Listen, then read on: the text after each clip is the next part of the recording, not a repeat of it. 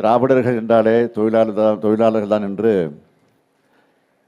தந்தை பெரியார் அவர்கள் பெருமையோடு குறிப்பிட்டு காட்டியிருக்கிறார்கள். 1932ஆம் ஆண்டு கம்யூனிஸ்ட் கட்சியின் அறிக்கையை தமிழிலே மொழிபெயர்த்து தந்தவர் தான் தந்தை பெரியார் அவர்கள். ரஷ்யா போன்ற பல நாடுகளுக்கு சென்றுவிட்டு தாயகமாம் தமிழகத்திற்கு திரும்பிய தந்தை பெரியார் அவர்கள் இனி அனைவரையும் தோழர்கள் என்றுதான் அழைக்க வேண்டும் என்று தந்தை பெரியார் அவர்கள் எடுத்து சொன்னார்கள். மே நாளை தமிழ்நாட்டோட அனைத்து நகரங்களிலும் கிராமங்களிலும் இசை நிகழ்ச்சிகளோடு கொண்டாட வேண்டும் என்று நம்முடைய சென்னை நகரம் 20ஆம் நூற்றாண்டின் தொடக்கத்திலேயே தொழிற்சங்க செயல்பாடுகளின் முக்கிய மையமாக இருந்தது.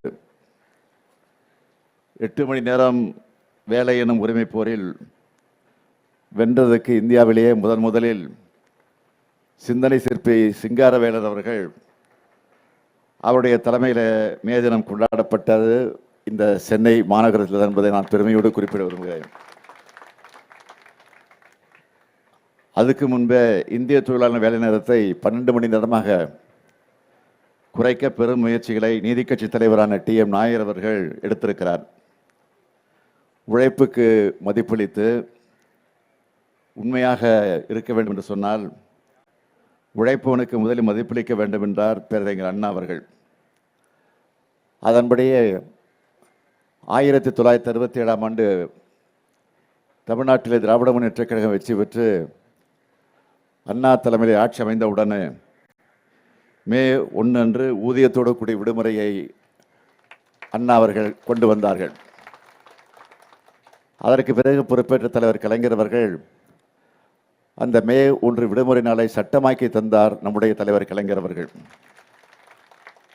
அதற்கு பிறகு தொடர்ந்து சமூக நீதி காவலர் VP சிங் அவர் பிரதமராக இருந்தபோது மே 1 நம்முடைய மாநிலத்திற்கு மட்டுமல்ல இந்தியாவில் இருக்கும் எல்லா மாநிலத்திற்கும் தொழிலாளர் தினமாக விடுமுறையை அறிவித்து ஊதியத்தோடு அந்த விடுமுறையை அறிவிக்க வேண்டும் என்று கோரிக்கை வைத்து அதையும் தலைவர் கலைஞர் அவர்கள் நிறைவேற்றி தர பாடுபட்டார் என்பது உங்களுக்கு எல்லாம் நன்றாக தெரியும்.